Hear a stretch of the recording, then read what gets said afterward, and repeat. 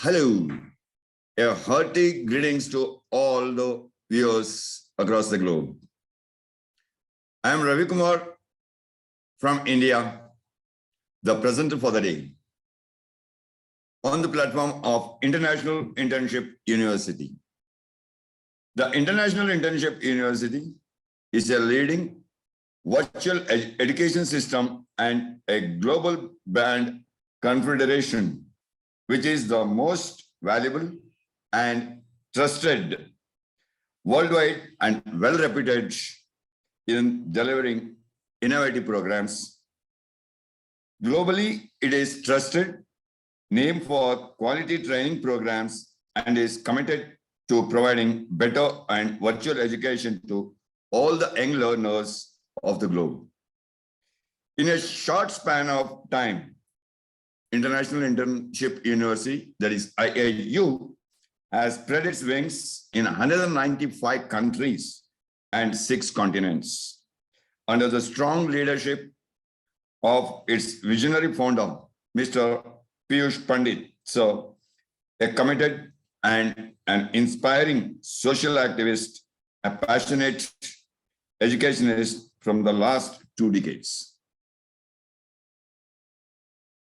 Providing education to students from various social and cultural backgrounds. The introduction of IIU at beginning, before I start my presentation for the day.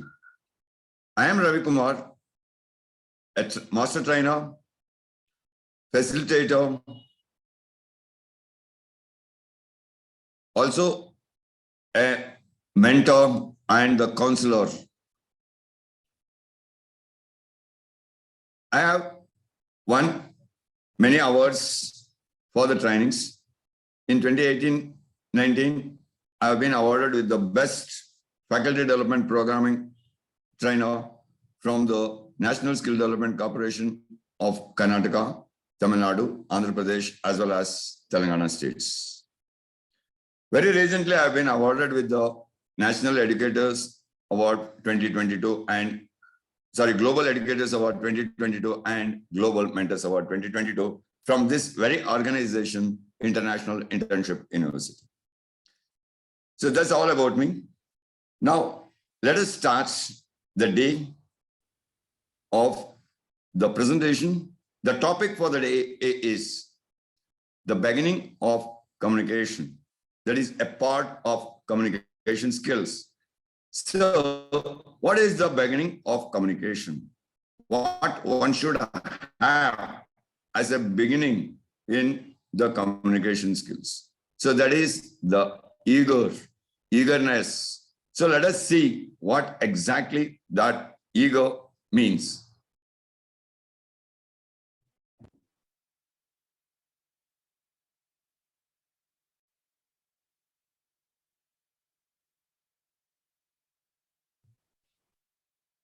So the beginning of communication skills, eager. So before we start the presentation, there's a quote for all the viewers across the globe with a hearty welcome to all the viewers and the listeners across the globe on FB Live as well as on the Zoom platforms.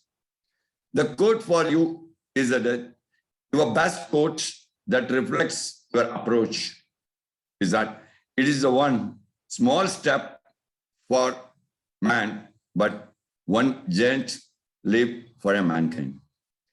This quote was quoted by none other than Mr. Neil Armstrong.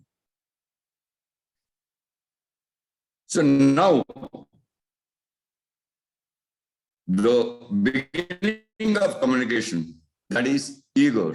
What is that ego one should have, and what does this ego stands for in communication? What does this each letter in the word ego stands for? So can I have some inputs from you? What is this ego in this beginning of communication? I would like all of you to text your inputs in the chat box and let me see what is the answer that I could get from all of you across the globe.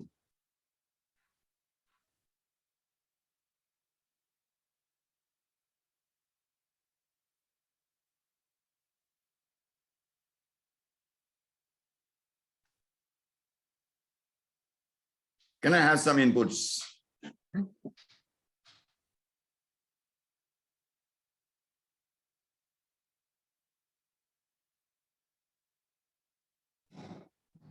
Nothing, Sir Ravi. Nothing. It's fine. Now let us see what exactly all these 5 letters stands for the beginning of communication. So to start with, E stands for empathy.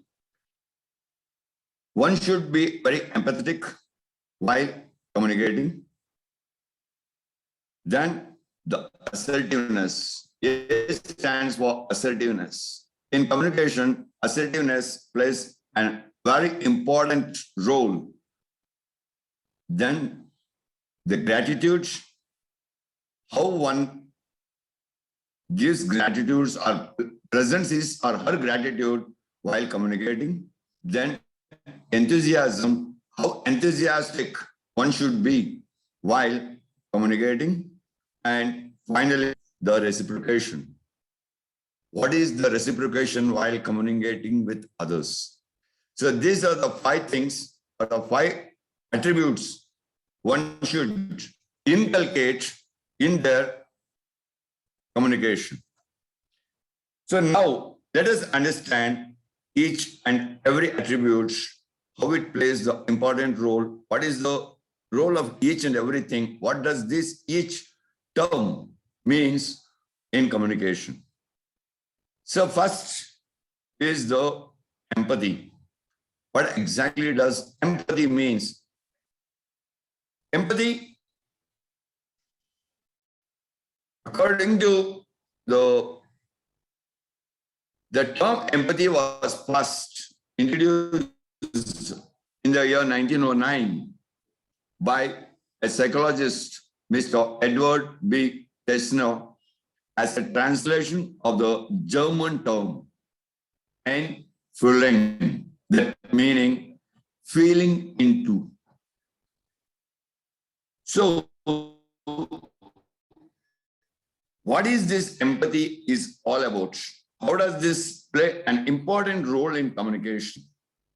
The empathy is not just simply putting your foot into someone else's shoes. The empathy, how you recognize, how you can be empathetic while communicating with others. First and foremost thing is to recognize the suffering of the other person with whom you are communicating with.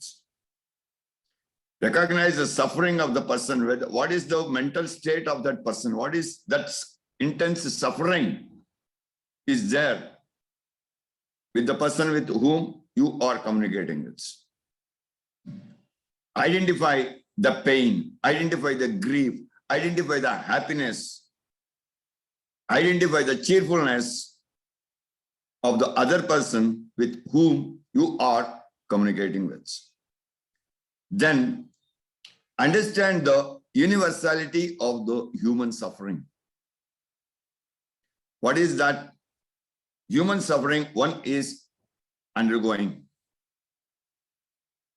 Then what? Have a consideration for the person or the person's suffering.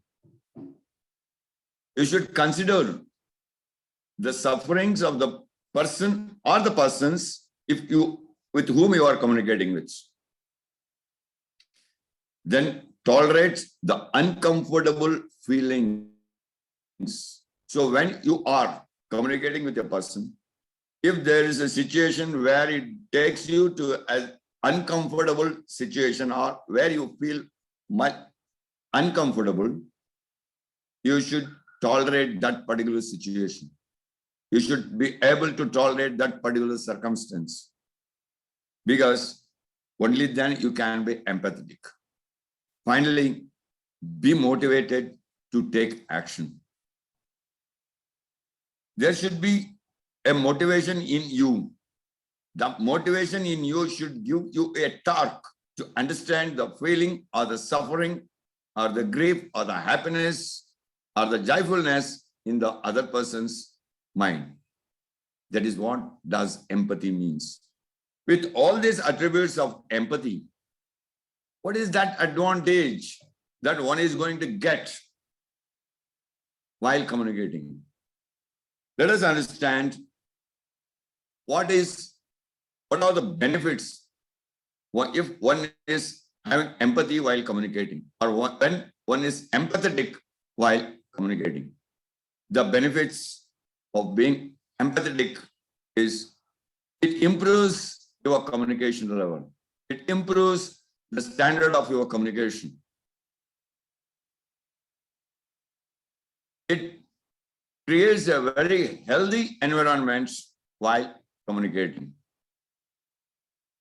Then it transcends the personal relationship. When you are communicating with a person, it really, if you are empathetic and if you show empathy towards the other person, then it really transcends your personal relationship with the person or with the group with whom you are communicating with. Then it improves the teamwork. It decreases negativity. So when there is a negativity, that means there is a possibility to have the misunderstanding. To avoid the misunderstanding in the communication, to avoid the misconception in the communication, to avoid the misperception in the communication, so one should decrease his or her negativity. So if you are empathetic, that will be decreased. The negativity will be decreased so that your communication always stands on top and you will be a good communicator. Then it leads to a happier circumstance, or it leads to lead a very happier life. So it also benefits your health, like the stress will be less, it will give you a strong immune power in you, and also it gives you a better shaping while communicating. Then it removes the toxic emotions like the anger, jealousy, or the resentment. Then let us see what are the types of empathy we have. There are 3 types of empathy. The first and foremost one is the cognitive empathy. The cognitive empathy is what normally every one of us knows as a definition for empathy. That is putting oneself into another's shoes. That means completely understanding the feelings or the situational grief of a person while communicating. We are putting ourselves into that individual's place. We are becoming that individual. We are becoming that particular persona and feeling that particular feeling or the grief of that person, and then understand, then communicate, which gives the soothing effect to the other person. Then the next type of empathy is affective or the emotional empathy. That means understanding the other's feelings. Then the third, last but not the least, the third one is the compassionate or the motivational empathy. That is, you set an example for others, how one has to be empathetic. You give the definition by setting example by yourself to the other persons to understand what exactly does empathy means.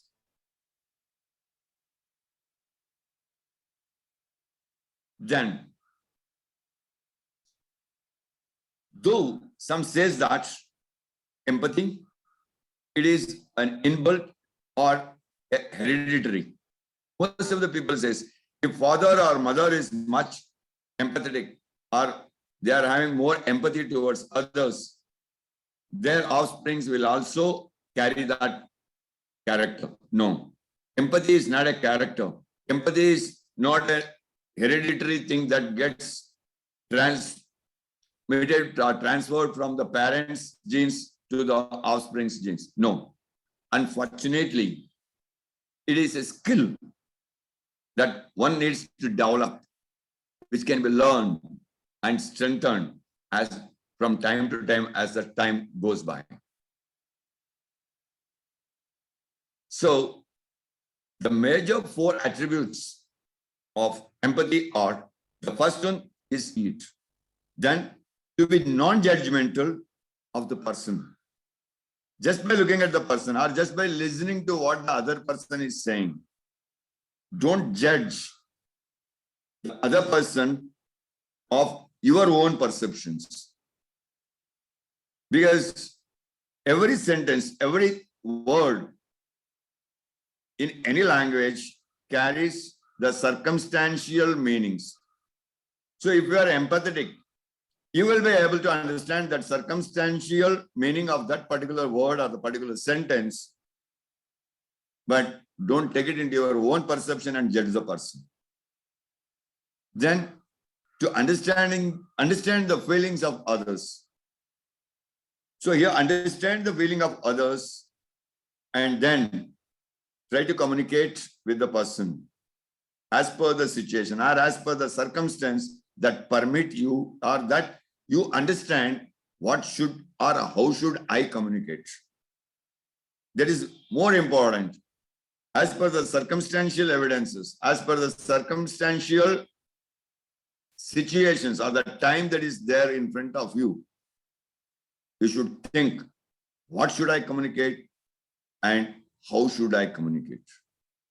This is very, very, very important. Then the 4th attribute is to communicate understanding of their feelings. So once you understand the other person's feelings, the other person's grief, or the other person's sufferings, you should be able to understand that feeling and communicate to the person with whom you are communicating so that that person understands that you have understood his or her feelings or his or her grief, and you are trying to soothe or you are trying to console that person. So these are the 4 major attributes of empathy. Then the assertiveness. What is assertiveness? There are 3 states, as all of us know, while we communicate. So whenever a person is interacting with another person, that is communicating with another person, whether verbally or non-verbally, there are 3 expressions. There are 3 states the person will communicate. Those 3 states are being passive, being assertive, and being aggressive. So being passive means not responding properly, not listening to the person properly, not having a proper eye care, not giving a proper care to the person with whom you are communicating to, or what you are receiving from that, what is the information that you are receiving from the other person. And it is a sort of giving a negative thought or a negative approach to the other person. That is being passive. The other one is being assertive, aggressive. Being aggressive is losing your cool, trying to understand the other person's feelings as per your own perception or as per your own understandings, and talking rudely or reciprocating rudely or reciprocating straightforwardness without understanding the feeling of the person. That becomes aggressive. But these 2 communications things, whether if you are passive or if you are aggressive, that doesn't work in the communication arena. The communication should always be assertive, so that when a person listens to you, or when a person is communicating with you, or you are communicating with another person, the assertiveness in you makes the other person also to be more attentive while listening to you. So let us understand what exactly this assertiveness is all about. Assertiveness is to be honest, direct, and appropriate in expression of one's feelings, thoughts, and beliefs with a natural posture. You have to be honest. That doesn't mean that if you have to be honest and direct, you should be totally straightforward. You should be giving the answer on the face. No. You should understand the concept. You should understand the meaning. You should understand the feelings of the person, what the other person is trying to communicate with you. And then, once you understand, without adding any of your own perceptions or any of your own understandings of your feelings, you understand the other person's feelings. That's what the empathy is. After you get into that situation, then be honest in answering to that person. Be direct and be appropriate in speaking to the person, as well as in giving the expression of one's feelings, thoughts, and also the beliefs with a natural posture. Then, so what is the benefit of being assertive? It gives you more ability to communicate. It gives you more understanding to communicate. Then it gives you a guarantee that your communication is clearly and well understood by the person with whom you are interacting with, or the person with whom you are communicating with. And it also gives a feel and like.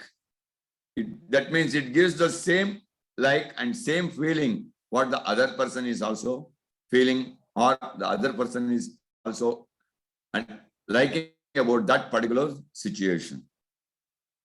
Then, if you are assertive, it gives you the involvement that is needed while communicating. So once you are involved into the commitment, once you are involved into that particular communication with your commitment, then the understanding of the other person's voice, the lines, the sentences is much more easier, and you can reciprocate accordingly as per the feeling of the other person. Then it gives you a very better understanding in the communication. So going forward, what is this assertiveness gives? It gives you a good decision making and defending situation. So this decision making and defending, what will this attribute to? What will this lead to? It gives you a good decision making mindset. It gives you a nice defending mindset. These two situations avoids the depression in communication. The depression can be of either of the persons. It avoids that depression. Then it means having a positive and optimistic outlook. If you are assertive, it gives the optimistic and a very positive outlook when you are interacting with the person. So this avoids, or this reduces the resentment and the stress in the interaction or while communicating. Then the third thing is that assertiveness is not simply just being aggressive or selfish. So in communication, the selfishness and aggressiveness, also the passiveness, should be avoided, as I told you in my previous slide. So if you are assertive, it avoids these three things. That is especially the temper, losing temper and getting frustrated is being avoided. Finally, if you are assertive, that doesn't mean that you should not humiliate or abuse others. That is not assertiveness. That is again an aggressiveness. If you overcome this, then it avoids building a bad relationship, and it also avoids from getting anxiety. Then there is a formula for to be being assertive. That is HAIL, H-A-I-L. So what is this HAIL is all about? So if you are hailing the assertiveness in you, what is that HAIL defines? So the HAIL is to be honesty, authenticity, integrity, and love. Honesty means to be clear and straight. Authenticity by yourself. You should authenticate the information or the message that you are transferring to with others. It should be authenticated. It should not be fake, or it should not be irrelevant. The authenticated communication. Then the communication that you are doing should be integrated on. It should create an integrity with your words. Be your word. Then it should create the love. Wish them well, always. Then the third one is the attitude. So what is, gratitude. What is this gratitude? The attitude of gratitude. This is saying the attitude of gratitude. What is this gratitude is all about?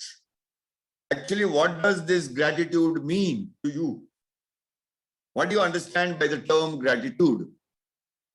And why one should have gratitude while communicating? What is the major part this gratitude plays in communication? So that is gratitude is nothing but it is the quality of being thankful, readiness to show appreciation for and to return kindness. That's what the gratitude is. Then one can be grateful for kind and thoughtful acts shown by anyone. We can be thankful for the world we live in. So this is another beautiful quote by Frederick Van Humboldt, who says that gratitude is a currency that we can mint for ourselves and spend without fear and bankruptcy. This is such a beautiful word, gratitude.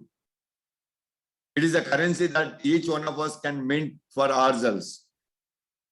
And we can spend it fearlessly because no one can steal it, or no one can go bankruptcy of the gratitude one is having towards. So, to understand the gratitude is of two types or two kinds. What are they? The first one is feeling grateful. recognizing all the positive things in your life that keeps you happy. So you have to feel grateful to your life, to the person with whom you are communicating, to what you have understood with that. What is the communication that is being transferred to you? What is the information that you have got from the other person? How does that information helps you in understanding? So that's feeling grateful. Then showing and expressing gratitude to others by, how can you express your gratitude to others? First thing is by showing appreciation. Appreciate the person who is giving you some information. Then by being generous. Be generous towards the person with whom you are communicating with, from whom you are getting certain informations, from whom you are getting certain messages, which are more important for you in your life. Then being thankful and grateful. Always be thankful and be grateful to the person whoever communicates with you, whoever gives you certain informations that you were in need of. Then that's not only what is gratitude. Gratitude is also about expressing your expression in one or the other way. So below are the few examples of expressing gratitude, how one can express gratitude to the other person. So what are those? Praising others. So working together with the people, that means having the coordination, extending help with others, then showing good manners, means keeping cool, always being supportive, always trying to understand the other person's mindset. Then giving due respect to the other person with whom you are interacting with or with whom you are communicating with. Then accepting the differences, because whenever we are interacting with the other person, it is very much certain that there is always a difference of opinion, difference of understanding, difference of perception existing. Accept those differences. Then expressing your thankfulness, resolving the conflicts, if any. Of course, there are many situations where conflicts arises while communicating, while interacting with each other, whether it is your friends, whether it is your personal life, whether it is your professional life, or whether it is your social life. Their conflicts always evolves. In your personal life, it can be with your family, can be with the members of your family, parents, spouse, offspring, siblings, with whomsoever it can be. In the professional life, with your superiors, with your subordinates, with your co-workers, anywhere in your social life, this can happen to you when you go out for some purchasing, when you go out for some entertainment. It can happen anywhere, at any time. So, if a conflict arises, try to resolve it.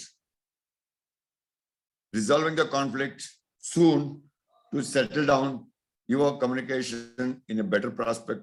That is what the gratitude is. And when you express your gratitude and thankfulness to others, they will do it in return to you. So this is a gratitude tree. So what is this? The research shows cultivating a gratitude can help you and also others to be happier. That means experience the greater life satisfaction, have less symptoms of depression or anxiety. It will help you to have more energy by engaging in healthier activities, sleep longer, and wake up refreshed. It also helps you to be more resilient. That means grow from the trauma, protect against burnouts. It also builds to help you to have a stronger relationship with others, feel more loved, feel more supported, feel more committed and satisfied, feel more valued. Then it also helps to boost motivation and performance. Work harder and feel more fulfilled. It identifies and solves the problem, and it also helps to build your character. Be more likely to offer help. Be more trusting and trustworthy. So these are the scientific benefits of cultivating and expressing gratitude in communication. Then the next attribute, that is enthusiasm. So what is enthusiasm? Enthusiasm means being more cheerful, being more energetic. Let us see what exactly the term enthusiasm stands for. What is the correct meaning for enthusiasm is? Enthusiasm is the difference between having to do a task or wanting to do a task. Just try to understand this particular sentence. It is the difference between having to do a task and wanting to do a task. Wanting to do a task is willing to do a task. Having to do a task, that means you are forced to do a task. When you are forced to do a task, you will not have that energy in you. You will not have that enthusiasm in you. But when you feel the ownership in doing the task, when you have that willingness to do the task, that is the term that wanting to do the task. It impels action in such a way that motivates and envelopes the person to totally focus the mind to work easily and make it look like a play, and time passes unnoticed. This is the experience most of us have. This is our personal experience. If a person is a willing worker or is a willing doer, that person enjoys the work. It gives the self-satisfaction while working, while doing anything. Whether it is a small task or a huge task, whether it is a simple task or whether it is a difficult task.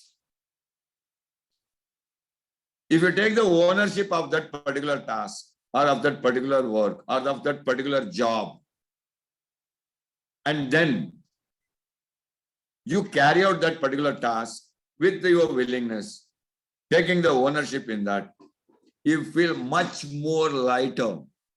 You feel much more easier. And for you, the task never seems to be difficult. You never feel the difficulty in doing the task. That gives you the easier path to complete the task. It is just like playing and time pass that every one of us does. When a person is happy, the time is gone unnoticed. That's why, because when we get tensed, a person standing in front of the traffic signal, when the signal is red, we have seen this in many places. You are stuck in a traffic signal. The person will be so much impatient, he cannot or she cannot wait for 30 seconds till the red light turns to green. from amber to green. Just that 30 seconds of patience is not there. That is one of the example that I'm giving you. The one more very simple, but the real life example that I'm going to give you is when a person is waiting at the doorstep of an elevator. A person knows that at what floor the elevator is. It is in the 6th floor or 7th floor or 13th floor or 16th floor. It takes 2 to 5 seconds or less than a minute to come down to the floor where the person is standing. No patience. Once press the button, he cannot tolerate till the elevator comes to his floor or her floor where the individual is standing. No. Within the fraction of a second, that person wants to press that button couple of more times, so that if you press it more and more, the elevator comes down very fast or goes up very fast. That few seconds of patience, that few seconds of tolerance is not there. Because that gives you the tension, that gives you the pressure in you. But if you are enthusiastic, if you are happy, yes, I know it takes only 5 seconds to come down from 3rd floor to the ground floor. That 5 seconds, you will not come to know when that 5 seconds has gone, even if it is 5 minutes also. That's what the enthusiasm one should have. It's all about showing the good feelings and also or excitement about doing something. Whatever the thing you do, you should be excited. You should have the involvement in that. You should have a good feeling in that, doing those tasks or doing those jobs, doing that work. It's about feeling good and favorable about things and outcomes. Whatsoever may be the outcome, be happy, be favorable towards it. Always feel good. And it acts as a fuel for an inner fire that brings success. If you are enthusiastic, if you are having enthusiasm in you, it is the fuel in you to ignite the fire in you to march towards the success. Then it is about not displaying disinterest when things look or becomes difficult or tough. So enthusiasm is not that one. You should not display the disinterest when the task is difficult or when the task is going tough. If you, again, I'm telling you, if you show the willingness in that work, if you show the interest in that work, it goes very simple. Then it is about showing imitativeness and motivating others with positive encouragement. Always, if a person is communicating with enthusiasm, is enthusiastic to communicate, is enthusiastic to present something, is volunteered to present something, is taking the ownership to do something, it motivates others. It ignites fire in others' mind also. Yes, if XYZ is doing, why I, A, B, C cannot do it? It motivates that person to that level. Then what is the importance of being enthusiastic, or what is the importance of having enthusiasm in communication? It allows a person to keep priorities in order to stay on task and helps to push through difficulties and failures. Means the enthusiasm in a person will always influence the person to prioritize the order of work the order of task one is going to carry out, and it helps out to push through even in the difficult situations or push through even when the task is failed. It gives much more motivation. Okay, this time I have failed. Let me try it again. Let me do it again. Let me put more effort to do this. Let me find some other way to do this, but I should complete this task. I should get success. That is the motivation level one should get if you are enthusiastic. It gives motivation to take proper and sustainable action every day. It also stabilizes the mental strength of an individual. Then it allows to live with consistency. It gives satisfaction and ignites the interest in doing even difficult things in an easy manner. So what are the advantages? It allows a person to be passionate, interest, eagerness to do something. It creates that fire. It ignites that fire in that person to do something voluntarily, to do something on priority, to do something by taking the ownership. It helps one to continuously reinvent. That's what I was talking about in the previous slide. Reinvent. Even if you fail once, it gives you motivation to do it again with a different set of thoughts. That's what is the reinvent means. So it also maintains the top of the mind presence. If you are enthusiastic, always, it gives you the top of the presence of mind. You will not lose the presence of mind if you are enthusiastic. That means erring is minimized. The level of error, the number of error, the quality of erring is decreased. Then it helps to stand out amongst the others.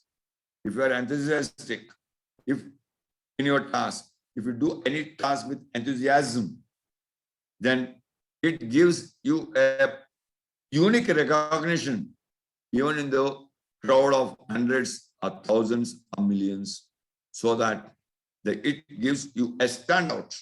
More people will recognize you. Yes, this is the person. If he is there in the session, if he is there in the presentation, if he is there in a seminar, if he is there in the workshop, if he is there in a meeting,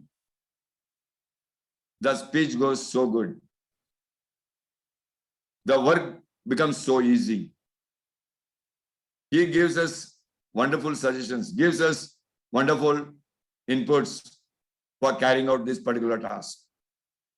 This is what the advantage if you are enthusiastic.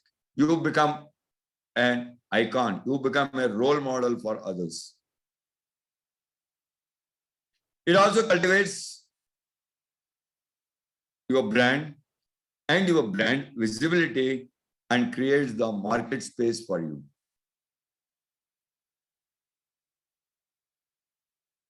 Then it generates the excitement and the buzz in you. Then, last but not the least of ego is the reciprocation. What is reciprocation? So reciprocating or reciprocation is all about responding back to the person with whom you are communicating.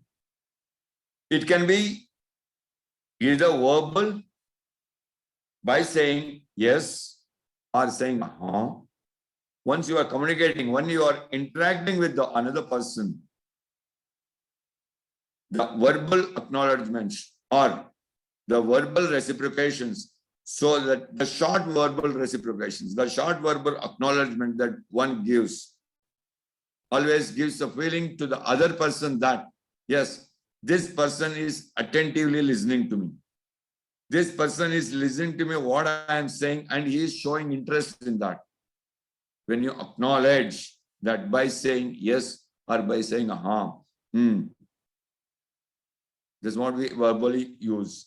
Or it can also be a non-verbal acknowledgement. Reciprocating through non-verbal acknowledgement can be like nodding your head.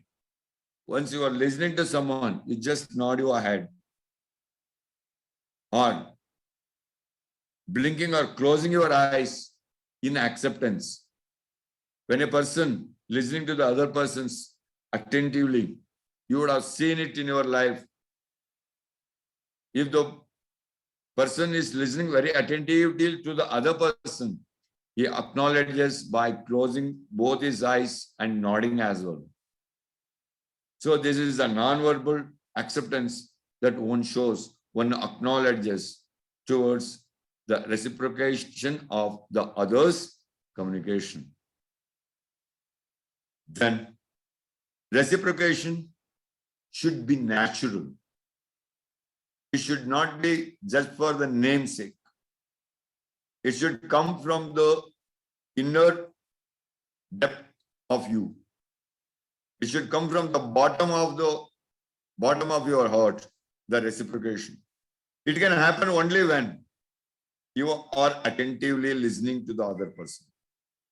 When you are attentively focusing on the points or the messages that is being transferred to you, that is being transmitted to you, or that is being informed to you.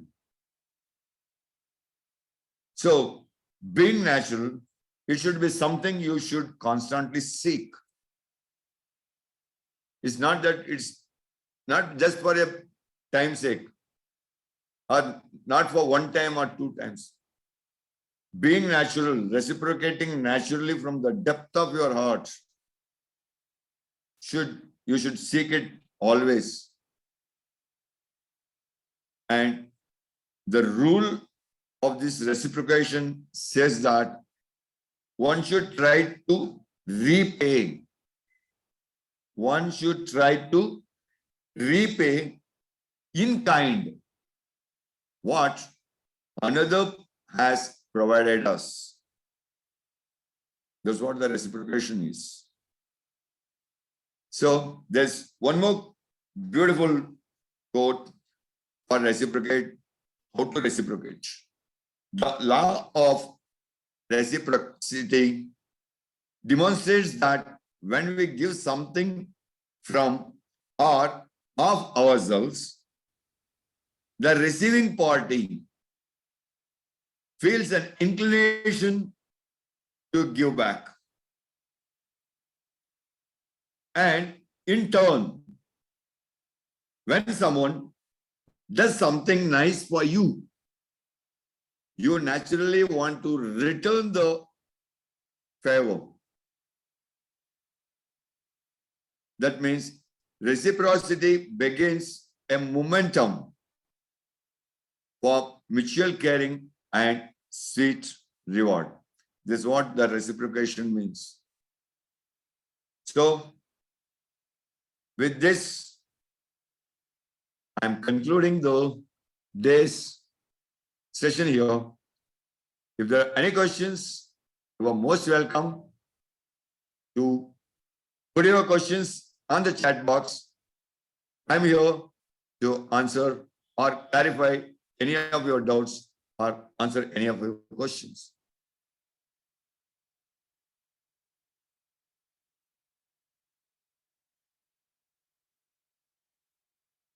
Thank you so much. Let me see if any questions are there, any clarifications are required.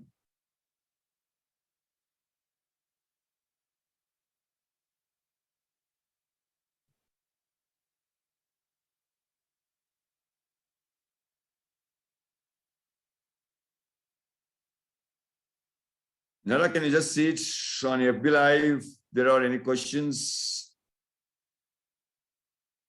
They are only the words of thankful and greatness for your today session. So, Thank you so much, everyone. Thank you, all the viewers, all the listeners across the globe for so patiently listening to my today's session. yes, First and foremost, I would like to thank the founder of IIU, that is International Internship University, our most loving and beloved Mr. Piyush Pandit sir, for creating such a wonderful platform of education where across the globe can get motivated, can get educated, can get upskilled through this. I personally thank Dr. Snigdha Kadam for giving me this opportunity to present on the platform of IIU. I am very much grateful and thankful to Ms. Nada for being here as a moderator and encouraging me to present this presentation successfully. I also thank all the viewers, all the listeners on the FB Live as well as on Zoom platforms. Thank you so much. Thank you, everyone.